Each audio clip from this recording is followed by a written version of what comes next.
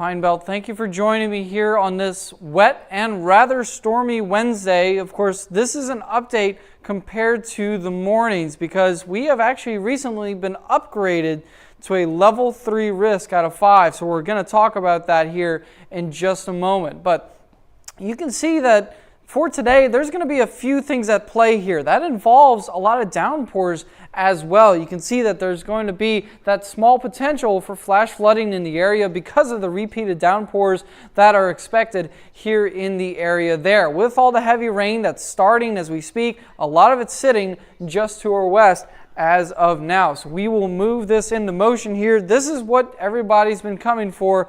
This is that level 3 risk we are talking about. Once again, this went into effect about an hour ago at the most. You can see that this level 3 risk incorporates a big portion of the Pine Belt, with the exception of areas like Upper Lawrence there, and of course excluding Simpson and portions like that. But this level 3 risk, once again, this is an enhanced risk when compared to the level 2 risk that we had for most of tomorrow, or most of yesterday, and that we had earlier on. So for the enhanced risk, that means that this orange shaded area is the most likely to get some severe weather later today. As we make our way through today, though, sure, you may have heard some of the rain. The rain is most definitely already falling, and we're already dealing with a very nutrient-rich atmosphere, because you may have noticed that not only we had a warm front pass through the area, but also the fact that we've got this southeasterly wind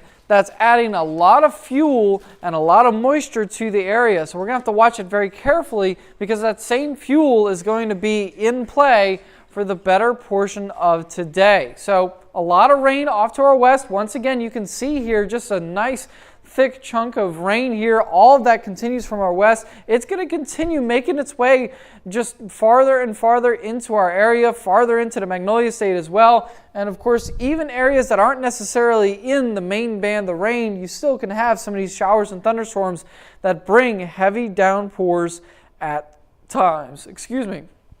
Now you can see here, if we look at the futurecast, not as much for now, but we're going to have to watch very carefully, not only because of the main line of weather that arrives later tonight, but some of the showers and especially the thunderstorms that are ahead of this line as well, to see what they do. You can see some of them starting to initialize for now. However, the severe weather timing, that's going to begin right around midday, maybe 1 p.m. at the latest. And that's when we have to watch for a lot of those thunderstorms ahead of the line, because they will continue to feed off all that fuel that continues to mount here in the area. So you can see here a lot of those showers and thunderstorms spark off rather quickly ahead of the main line.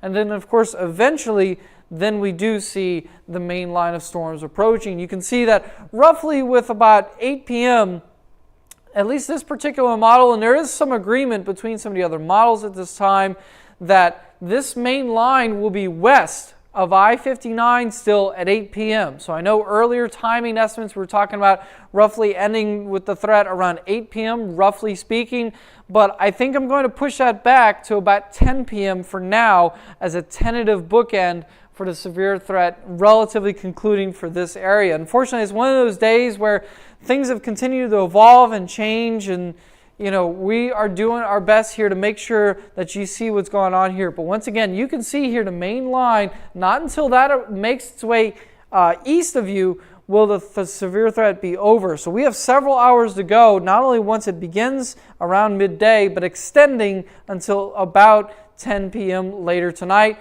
and then it will clear on out of here once the main line is out of here. Here's one particular metric, okay? This is going to be the convective available potential energy, and basically we know it as CAPE as meteorologists. It's one of the ways that we use to diagnose instability. When it comes to instability, you see that it is focused across much of South Mississippi, south of I-20. That includes areas just south of Jackson, as well as the Pine Belt proper, even areas down in the coast there. So we're going to continue. Once again, we'll see that southeasterly breeze, the warm front that passed, all of that plays a part. And so when we need thunderstorms, you need ample moisture. You need the fuel to keep them going, not just for them to start alone. So once they start firing off after midday or around midday, we will be seeing a lot of that instability peaking in the area. But as we make our way later into the night, yes, some of the instability does remain, but it becomes a little less pronounced in time for around dinner time there. You can see this rough estimate for about 8 p.m., 8:30 p.m. or so. And then, of course, as it does so, we will be done with a lot of storm energy and done with a lot of storms in time for early Thursday there. So here's that detailed look for you on what's going on here. So the ultimate breakdown, you've got level 3 risk. That includes basically just about the entire Pine Belt proper, with the exception of some of those folks in the far north and west counties and the far southern counties as well. But by and large, this is going to be everybody here in the Pine Belt under this enhanced risk for severe weather that once again has just been upgraded as of about an hour ago. Primary risks are going to involve the potential for damaging wind gusts at times. A lot of these storms will be strong even if they aren't severe, because when it comes to wind, right, sometimes you can have breezy conditions or even gusty winds, right, but in order to make it a severe thunderstorm, you need winds in excess of 58 miles per hour. But you may have some thunderstorms that, even if it's not quote-unquote severe and it doesn't have winds that are 58 miles per hour or greater, still, it could be enough. Maybe the lights will flicker or something like that. So you want to make sure you got to keep, the flashlight handy, keep whatever you need. Of course, a cell phone charger and all of that ready to go for tonight. The primary timing, once again, will be after lunchtime and extending until approximately 10 p.m. That's the updated time frame there. And of course, with winds, those are the primary concern. But second to that would be we could see a few stray tornadoes for today as well. With tonight, yes, the temperatures will eventually begin to fall. It's going to be a stormy night, that's for sure. And then, of course, it could be breezy at times as well, with thunderstorms likely in the region extending across the early portion of tonight. But with those storms clearing by around, say, 9-10 p.m. along the I-59 corridor, you notice that the second half of our night will involve the falling temperatures and the gradually decreasing cloud cover to follow in time for tomorrow. So after the rain clears, we will see more seasonable temperatures here in the area. Of course, our typical daytime highs for this time of year, early mid-February, are right around that 61 mark or so. And of course, it will be much nicer, much quieter, and of course, much sunnier there. We are watching Saturday very carefully as well. In fact, as of now, it's possible that Saturday may be a bit more active than today. But remember, that's still several days out. Things can change, as we saw with this particular event.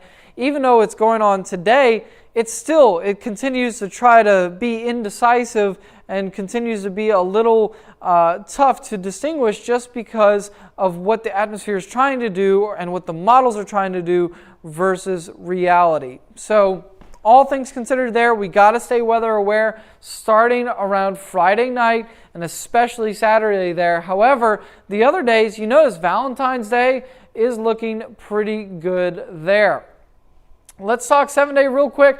I'd say at most a 10% on Friday during the day, but remember, even then, I think it's more focused on Friday night and especially leading into Saturday. So for now, Valentine's Day is looking really good, but we have to make sure you got to have a way to get warned for tonight. And of course, it's going to be the same case for Saturday as well. With the level 3 risk that's in store for us today, we peak at around 80 degrees. It's going to be warm even though it's wet. However, the cool down comes. It lasts a few days into Valentine's Day before we have another round of strong, possibly severe weather on Saturday there, with a lot of the temperatures peaking in the low 80s. And then, of course, after that, then we will finally get a more extended break with more seasonable temperatures on the way, sunnier conditions, and calmer skies.